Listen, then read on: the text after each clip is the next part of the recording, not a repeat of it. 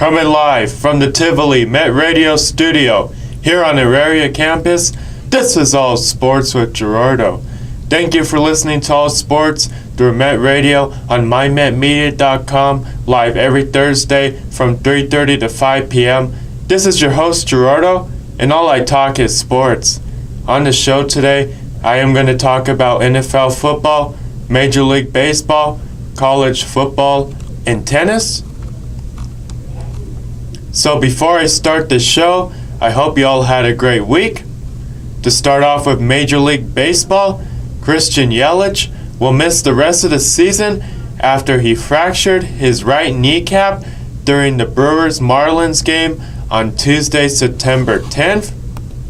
So this is a huge loss for the Brewers, especially since the Brewers are contending for a playoff spot and they're trying to get into that second wild card spot since they may not have a chance at winning the National League Central. So their only other chance of getting into the playoffs is by getting that second wild card spot.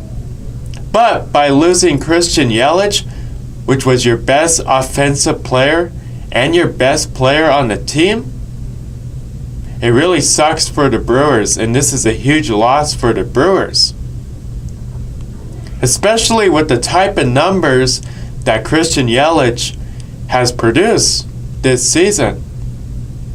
And just like last season, when Christian Yelich won National League MVP, he was also a runner-up with a few other candidates in the National League to win National League MVP this season. So he could have won back-to-back National League MVPs.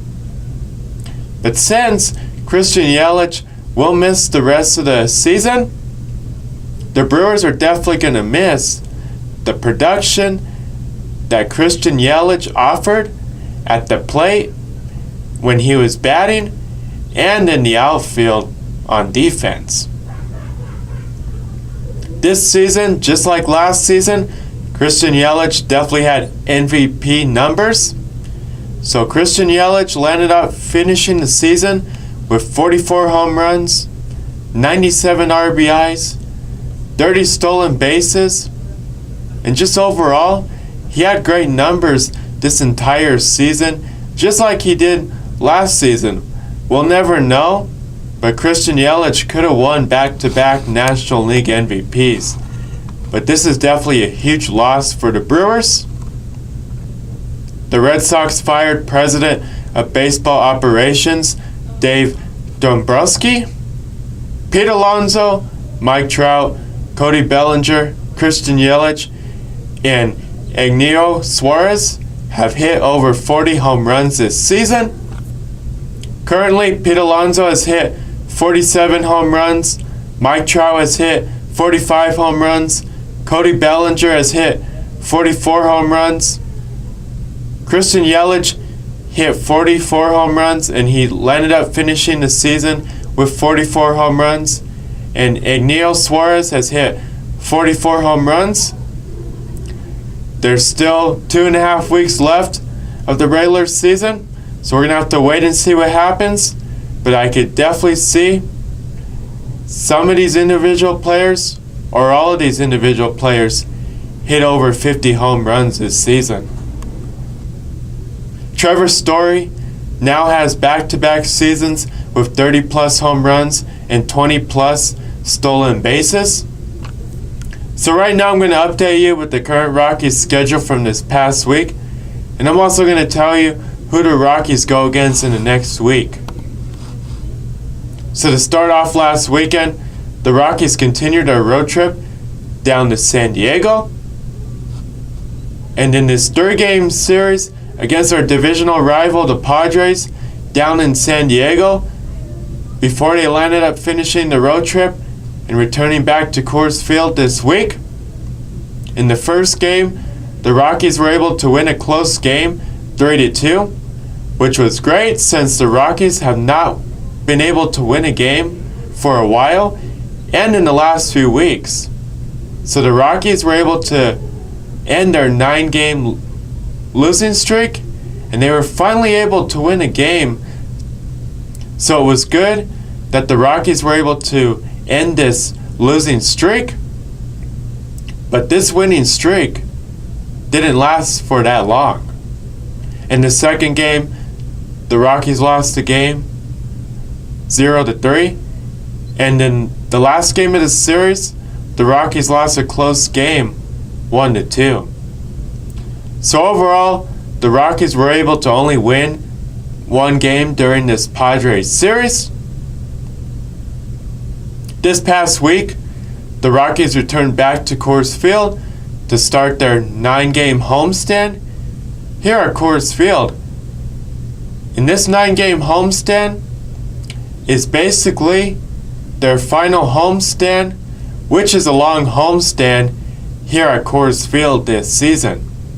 But the Rockies have 2 more homestands to finish off the 2019 season, but this 9-game homestand is their longest homestand, and in 2 weeks, the Rockies will finish off the 2019 season here at Coors Field. In the final weekend of the 2019 regular season, the Rockies will have a weekend series against the Brewers here at Coors Field, which will be a 3-game series. But before we get to the end of the regular season, the Rockies started their 9-game homestand here at Coors Field against the Cardinals. In the first game and in the second game, the Rockies were able to win the game 2-1. So it was great that the Rockies were able to beat the Cardinals here at Coors Field, since the Rockies had a 4-game series up in St. Louis a few weeks ago, and the Rockies were not able to win a single game against the Cardinals during that series. So the Rockies came back here to Coors Field, and the Rockies were able to win the first 2 games against the Cardinals and have the same score, since the Rockies won both games 2-1. Now in the final game of the series, we're going to have to wait and see if the Rockies can win that game. But overall, if they do or they don't, the Rockies were able to win this series and take 2 games from the Cardinals. And the Cardinals are competing for a playoff spot, but they're also competing to win the National League Central. So even though the Rockies are contending for a playoff spot, they were able to win 2 games against a team that's contending for a playoff spot and a team that wants to win their division. So I will say congrats to the Rockies on winning those games against the Cardinals. This weekend, the Rockies have a 3-game series against their divisional rival, the Padres, here at Coors Field. Then next week, the Rockies will continue their homestand and finish off the homestand with a 3-game series against the Mets. So this 9-game homestand that the Rockies have had, it's definitely been a great homestand. They're going against the Cardinals, they're going to go against the Padres, but they're also going to go against those red-hot Mets that have been playing some great baseball lately. So just like the Rockies were able to beat the Cardinals, hopefully the Rockies can beat the Mets, because the Mets are also contending for a playoff spot. So we're going to have to wait and see what happens, but hopefully the Rockies can win some games this weekend and going into next week. So that's the current Rockies schedule of the final scores and the teams the Rockies went against this past week, and who the Rockies go against in the next week. For a 7th straight year, the Dodgers won the National League West. The Dodgers are the first team in Major League Baseball to clinch a playoff spot and to win their division this season. So with the Dodgers winning their 7th straight National League West pennant, we're going to have to wait and see how the Dodgers play in the postseason. But the Dodgers are hoping that they can get back to the World Series for a 3rd straight year. And hopefully 3rd time's a charm, and they can win the World Series this year. For the last 2 years, the Dodgers have made it to the World Series, but the first time they lost to the Astros, and the second time they lost to the Red Sox. So the Dodgers are hoping that they can get back to the World Series in 2019, but win it this time. We're going to have to wait and see. So right now I'm going to update you with the current Major League Baseball standings and playoff picture in the American and National League. To start off in the American League East, right now the Yankees are leading this division. In the American League Central, right now the Twins are leading this division, but the Indians are only 4 games back. And in the American League West, right now the Astros are leading this division. Looking at the American League wild card, in the first spot, the Rays are currently holding on to this spot. And in the second spot, the Athletics are currently holding on to that spot. But the Indians are only a half a game back from the Athletics for that second wild card spot. So looking at the American League, you definitely need to keep an eye on the Indians going into next week. In the National League East, right now the Braves are leading this division. In the National League Central, right now the Cardinals are leading this division, but the Brewers are only 3.5 games back, and the Cubs are only 4 games back. And in the National League West, the Dodgers already clinched the playoff spot, and they won the National League West. Looking at the National League wild card, in the first spot, the Nationals are currently holding on to that spot. And in the second spot, the Brewers are currently holding on to that spot. But the Cubs are only a half a game back from the Brewers for that second wild card spot. But I'd also keep an eye on the Mets, since they're only 2 games back. The Phillies are only 2.5 games back. And the Diamondbacks are only 3.5 games back. So looking at the National League, you definitely want to keep an eye on that National League Central race for the division, but you also want to keep an eye on the race for the 2 wildcard spots, especially for that second wildcard spot. So that's the current Major League Baseball standings and playoff picture in the American and National League. In the Major League Baseball power rankings, the current top 10 Major League Baseball teams are the Astros, Yankees, Dodgers, Braves, Twins, Nationals, Athletics, Cardinals, Rays, and Cubs. Going into this weekend and going into next week, these are the 10 teams you definitely want to keep an eye on, especially since these 10 teams are competing for a playoff spot. And they're all going to be postseason contenders. But we're going to have to wait and see if these teams win their division, clinch a playoff spot, or clinch a wild card spot in the American League or in the National League. But the end of the regular season is just around the corner.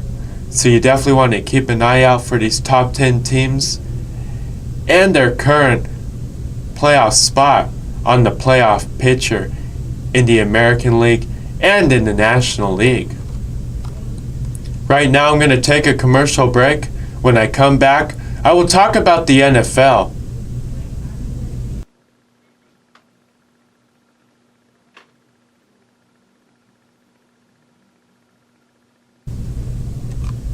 Welcome back to All Sports with Gerardo. Moving on now to NFL football. Over the weekend, just before week 1 of the regular season began, Antonio Brown was released by the Raiders, and then he was picked up by the Patriots. Antonio Brown and the Patriots have agreed to a 1-year contract. During the offseason, going into training camp, going into preseason, and not even getting to the regular season, there was a lot of drama in Oakland between Antonio Brown and the Raiders. Antonio Brown couldn't even make it to the regular season, and he was released by the Raiders. So even before a new era of Raiders football, which included Antonio Brown, could even begin, it came to an end just before it even started. And it couldn't even get to the regular season. Back in March, Antonio Brown was traded from the Steelers to the Raiders in exchange for a 3rd round and a 5th round pick in the 2019 NFL Draft. But in August, Antonio Brown missed training camp practices due to multiple helmet issues. Now, back when training camp was in session, back in August, Antonio Brown was having issues with his helmet, stating that he didn't want to wear this new style of helmet. He still wanted to wear the old style of helmet. So the Raiders were okay with it. They're like, if you're not going to wear the new helmet, and just like the NFL stated too, the Raiders in the NFL were okay if Antonio Brown didn't want to wear his new helmet. Because if he still wanted to wear the old helmet, they were just going to fine him until he was going to wear the new helmet. So over the course of the next few days, Antonio Brown was like, I'm not going to wear this new helmet. I want to wear the old helmet. And if they're not going to let me, then I'm just going to retire from the NFL.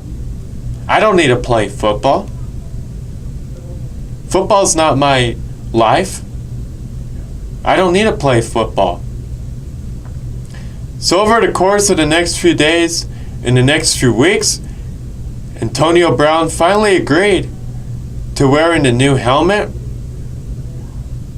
and the Raiders in the NFL were able to get past that with Antonio Brown. But then, during training camp, Antonio Brown was missing practices, which were unexcused, and he didn't give a reason as to why he didn't show up. So the Raiders were fining him for missing practices. But then, Antonio Brown was posting pictures on his Instagram and social media accounts of the fines the Raiders gave him. So then after Antonio Brown did that, the Raiders were just going to give him a suspension and suspend him for the first game of the regular season. But then Antonio Brown got into an altercation with the Raiders general manager.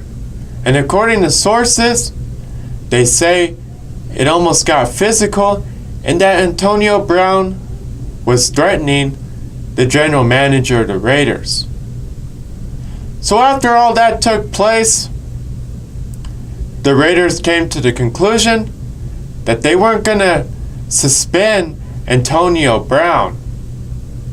And on the Friday, just before week 1 in the regular season, when the Raiders were going to go against the Broncos in a Monday Night Football game, head coach John Gruden says he's planning on playing Antonio Brown, and Antonio Brown will play in the Monday Night Football game against the Broncos. But then before that, Antonio Brown posted a YouTube video where he was basically downgrading and backlashing the Raiders, their general manager, and head coach John Gruden. So over the course of that day, going into that evening, and going into the following day, Antonio Brown posted a video stating, I want the Raiders to release me. And he also posted other comments and tweets saying, I want to be released. I want the Raiders to release me. So on the Saturday, before the regular season began, the Raiders landed up releasing Antonio Brown. Now that same day, after Antonio Brown asked to be released from the Raiders on Instagram, the Patriots picked him up just before their first game of the regular season against the Steelers on Sunday Night Football. So, after Antonio Brown left Oakland for Foxborough, Antonio Brown was ineligible to play for the first game for the Patriots since Antonio Brown and the Patriots didn't sign that contract. So Antonio Brown had to wait for that first game between the Patriots and the Steelers to pass. Then after that first game, Antonio Brown reported to the Patriots facility. He signed a 1-year contract and he started practicing that same week, and he started learning the playbook. And we're going to have to wait and see if Antonio Brown travels with the Patriots down to Miami this weekend. And we're going to have to wait and see if Antonio Brown plays against the Dolphins down in Miami. But that isn't the end of Antonio Brown. Over this past week, once Antonio Brown started practicing with the Patriots, just in the last few days, Antonio Brown was accused of sexual assault by one of his former trainers, which was a female. And all these allegations started popping up this week. And according to this female, she was sexually assaulted by Antonio Brown just a few years ago. So we're going to have to wait and see about this Antonio Brown sexual allegation claims that are being stated by this female. But this looks like this isn't the end of Antonio Brown, even though he was picked up by the Patriots. But now that Antonio Brown is a member of the Patriots, back when the Steelers were wanting to trade Antonio Brown during this past offseason, the Patriots wanted to trade for Antonio Brown, but the Steelers would not trade Antonio Brown to the Patriots since the Patriots are a rival to the Steelers.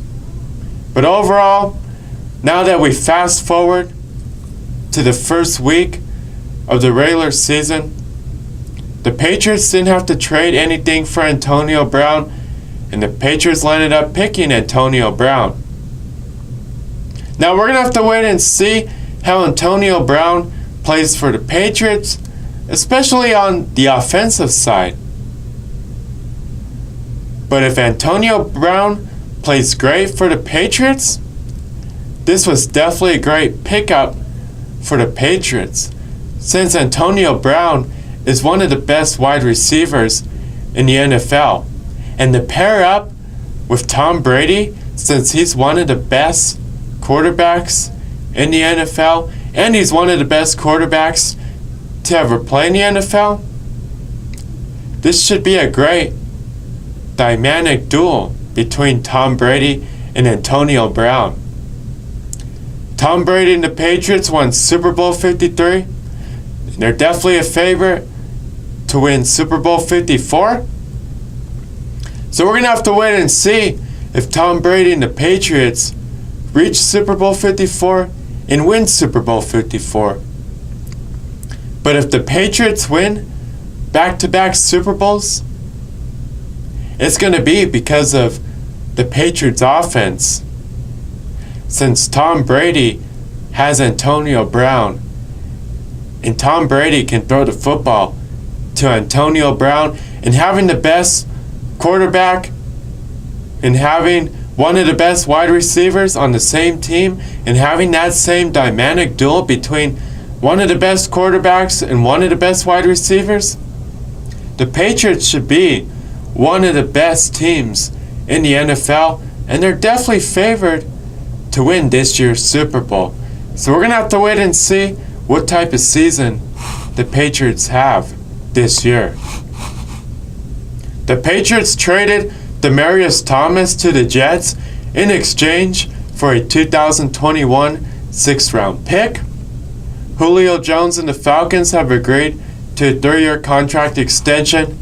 Tyreek Hill and the Chiefs have agreed to a 3-year contract extension. The Steelers traded quarterback Joshua Dobbs to the Jaguars for a 2020 5th-round pick. The Texans released cornerback Aaron Colvin. Drew Brees now has 522 career touchdown passes after passing Tom Brady in Week 1 of the regular season, and only Peyton Manning is in front of Drew Brees with the most touchdowns in NFL history. Drew Brees passed Tom Brady and Peyton Manning for having the most touchdown passes of all time in Week 1. Drew Brees now has 49 career game-winning drives, so there's no doubt that Drew Brees is one of the best quarterbacks to ever play in the NFL. We're going to have to wait and see how many more seasons Drew Brees plays in the NFL. But looking at this season and going into the future, there's no doubt that Drew Brees can break some of these records I just listed, or most of the records among quarterbacks in the NFL. But I could definitely see Drew Brees breaking these records, especially the all-time record of the most touchdowns in NFL history, which is held by Peyton Manning's 539 touchdowns. I can definitely see Drew Brees passing Peyton Manning in this category and becoming the all-time leader with the most touchdowns in NFL history. So we're going to have to wait and see what type of season Drew Brees has this year. But I can definitely see Drew Brees breaking records and becoming the all-time leader in many records among quarterbacks in the NFL. Raiders running back Josh Jacobs is the first player since LaDainian Tomlinson to have 100-plus scrimmage yards and 2 rushing touchdowns in his NFL debut. There's no doubt that this was a great pick by the Raiders, since the Raiders needed a running back. There's no doubt that Raiders running back Josh Jacobs will be one of the best running backs in the NFL this season and going into the future. He was also one of the best running backs in college football. Deshaun Jackson passed Randy Moss with the most 50-yard touchdowns in NFL history, and only Jerry Rice is in front of Deshaun Jackson. Lamar Jackson is the first player with at least 5 passing touchdowns in a season opener since Peyton Manning back in 2013. Now there's a reason why the Ravens moved on from quarterback Joe Flacco and why Joe Flacco is now the Broncos' starting quarterback. With the type of season that quarterback Lamar Jackson had with the Ravens as a rookie last season, the Ravens knew that Lamar Jackson is their quarterback and he's going to be their franchise quarterback going into the future. So that's the reason why the Ravens traded Joe Flacco this past offseason, and they moved on to Lamar Jackson. In the games he started as a rookie for the Ravens last season, he had great games. In the first game of the 2019 season, he's had a great game. We're going to have to wait and see, but this is only the beginning of Lamar Jackson. And we still have 15 more games left. We're going to have to wait and see what type of season Lamar Jackson has for the Ravens. But if he has a great season, the Ravens can possibly win the AFC North and get into the playoffs.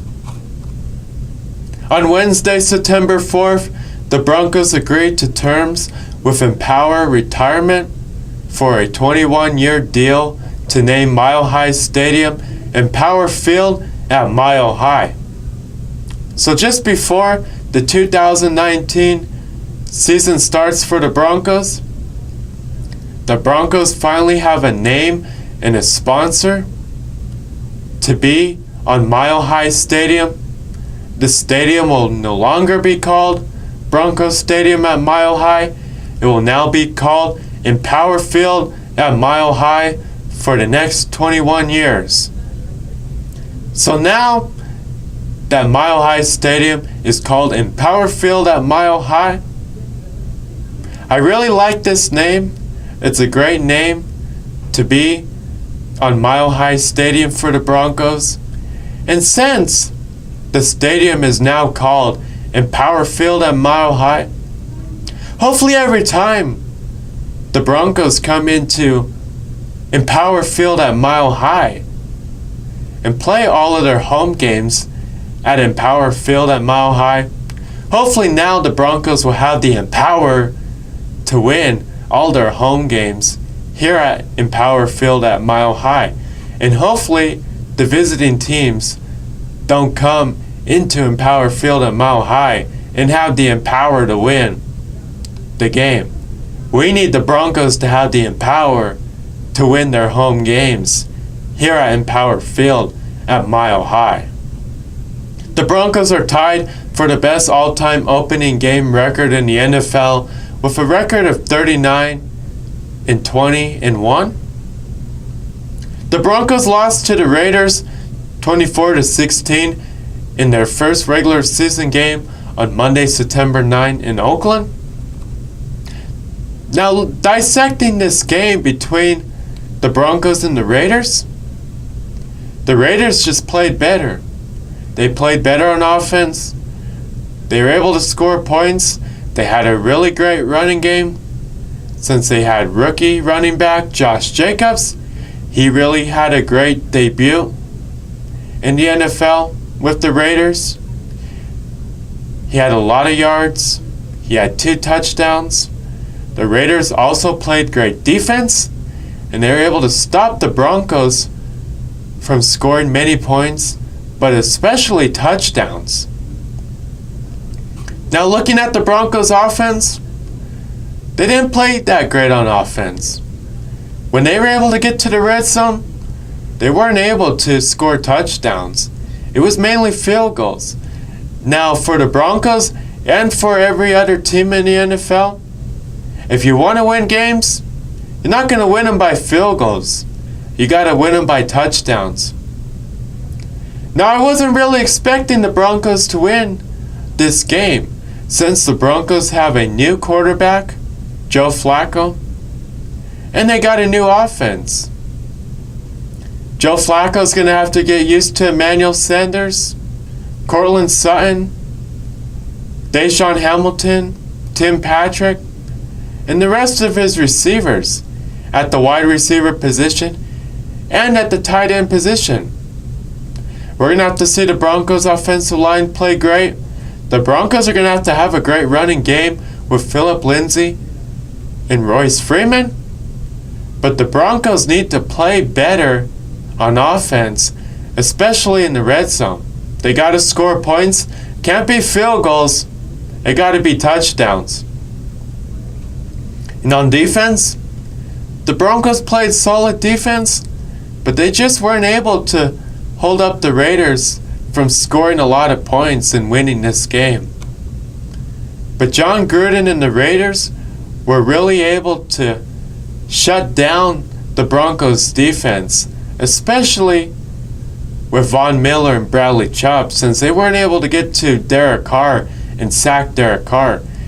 John Gruden had a really good game plan, especially with the Broncos' defense and shutting down Von Miller and Bradley Chubb. So we're going to have to wait and see how the Broncos play in their next game against the Bears in Denver on Sunday, September 15th.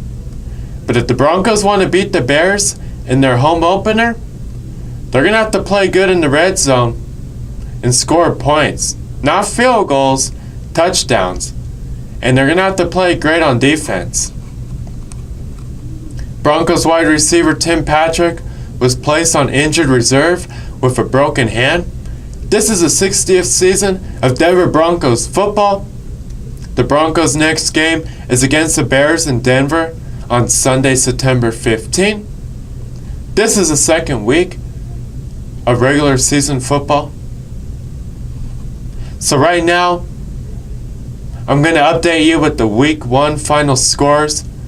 I'm going to look at the Week 2 schedule, and I'm also going to tell you the games to keep an eye on this week. So looking at the Week 1 final scores and highlights from this week. The Packers beat the Bears 10-3 on Thursday Night Football, which was the first game of the 100th season of the NFL and of the regular season.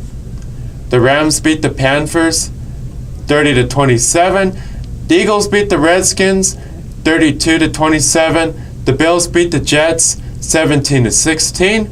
The Vikings beat the Falcons 28-12. The Ravens beat the Dolphins 59-10.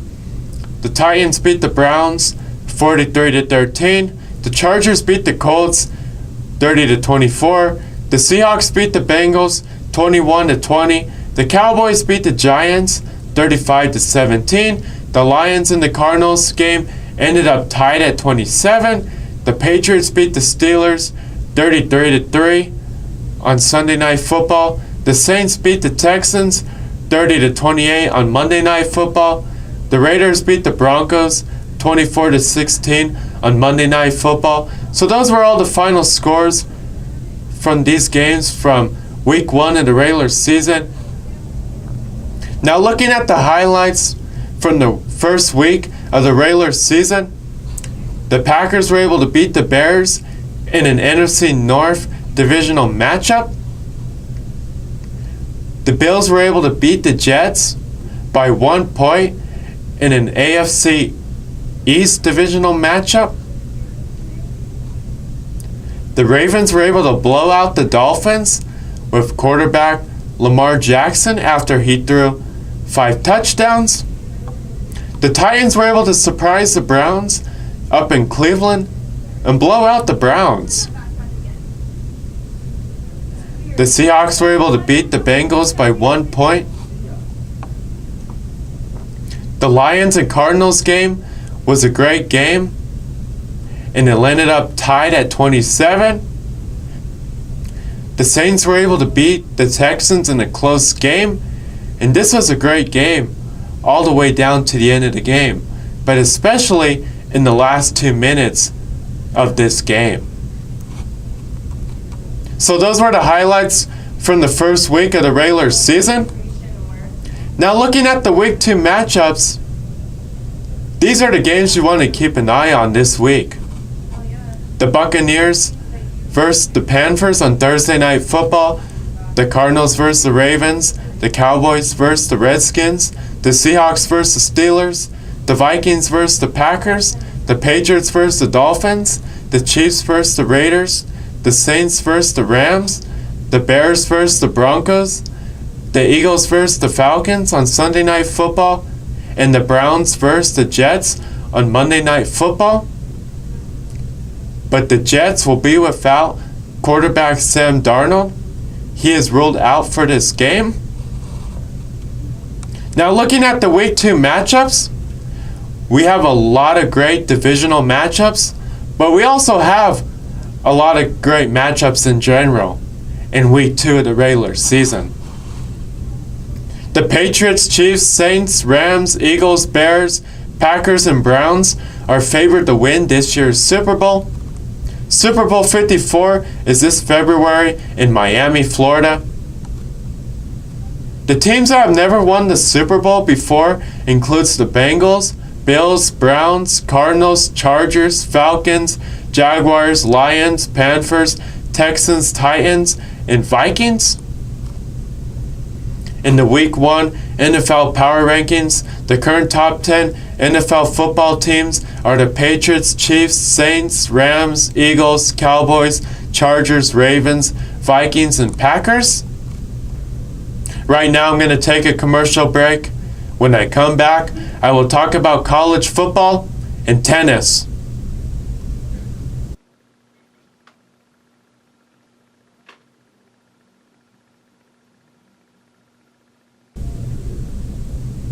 Welcome back to All Sports with Gerardo. Moving on now to college football. Colorado beat Nebraska 34-31 in overtime on Saturday, September 7, up in Boulder, Colorado. If you didn't watch this game between Colorado and Nebraska this past weekend, you really missed out. This was such a great game. And Colorado versus Nebraska, this is a rivalry that goes all the way back into the late 1800s.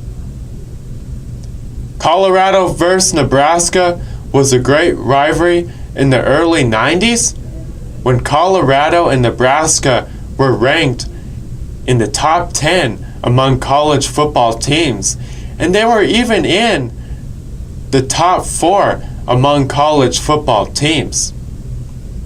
So this rivalry between Colorado and Nebraska has always been a great rivalry, now and going back into the past. Last year, Colorado went against Nebraska up in Lincoln. In that game up in Lincoln last year and the game up in Boulder this year were pretty similar.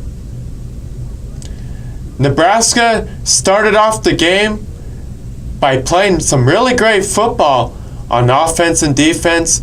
They were able to score a lot of points. And they had a lead going into halftime and going into the second half of the game.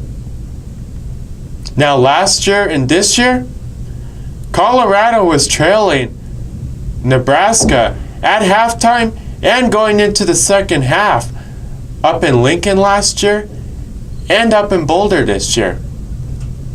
But in the second half of both games, Colorado was able to come back and win the game.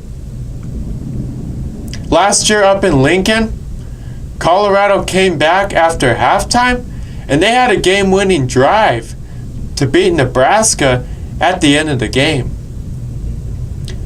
This year, Colorado was trailing 17-0 at halftime up in Boulder.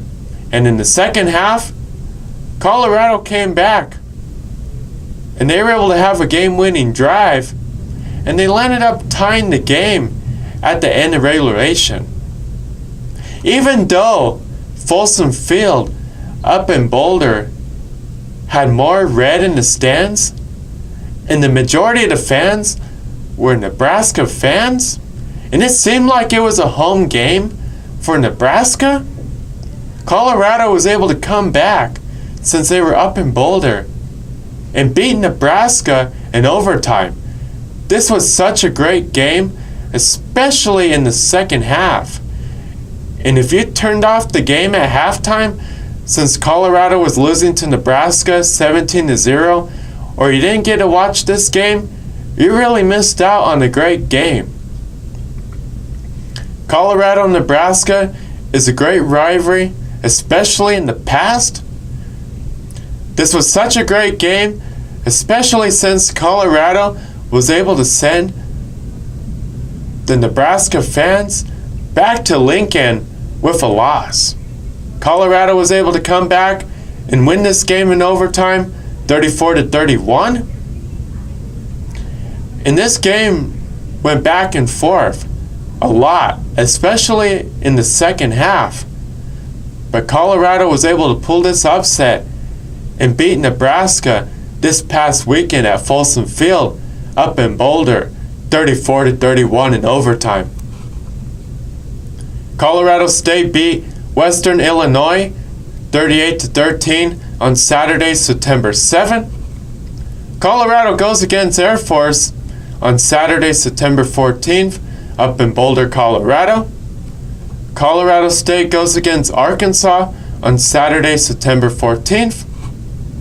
Through 2 games, Oklahoma quarterback Jalen Hurts has 814 total yards and 9 touchdowns.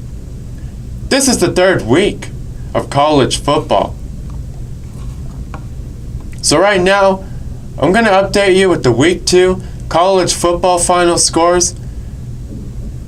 I'm also going to update you with the Week 3 college football schedule and the games to keep an eye on this week. So looking at Week 2 of college football, these are the final scores and the highlights from this week. Number 10 Michigan beat Army 24-21. Colorado beat Nebraska 34-31 in overtime. Number 1 Clemson beat number 16 Texas A&M 24-10. Number 4 LSU beat number 12 Texas 45-38. So those were the final scores from the college football games and the highlights from Week 2 of college football. Now looking at Week 3 of college football and the matchups this week in college football, there's not really any big games, especially between teams that are ranked in the top 25 and teams that are ranked in the top 4, which are the teams that are the 4 best teams in college football. So there's a lot of games in Week 3 of college football, but there's really not any big matchups to keep an eye on this week.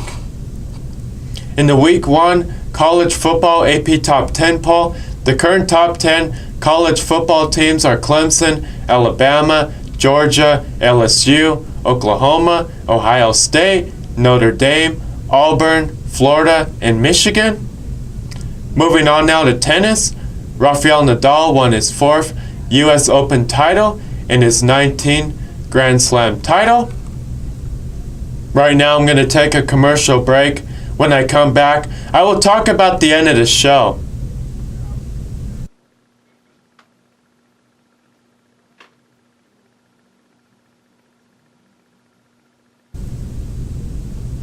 Welcome back to All Sports with Gerardo. Moving on now to the show. What to watch for this week in sports.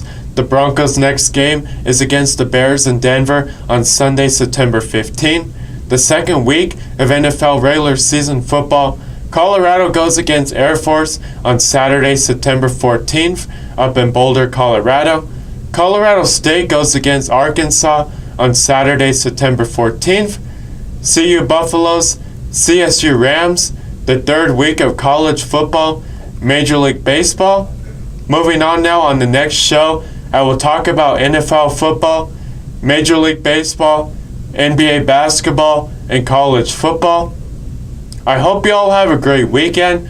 Tune in to the next All Sports with Gerardo show next Thursday from 3:30 to 5 p.m. I want to say thank you to everybody that listens to All Sports through Met Radio here on mymetmedia.com. Subscribe or like my pages on social media at All Sports with Gerardo.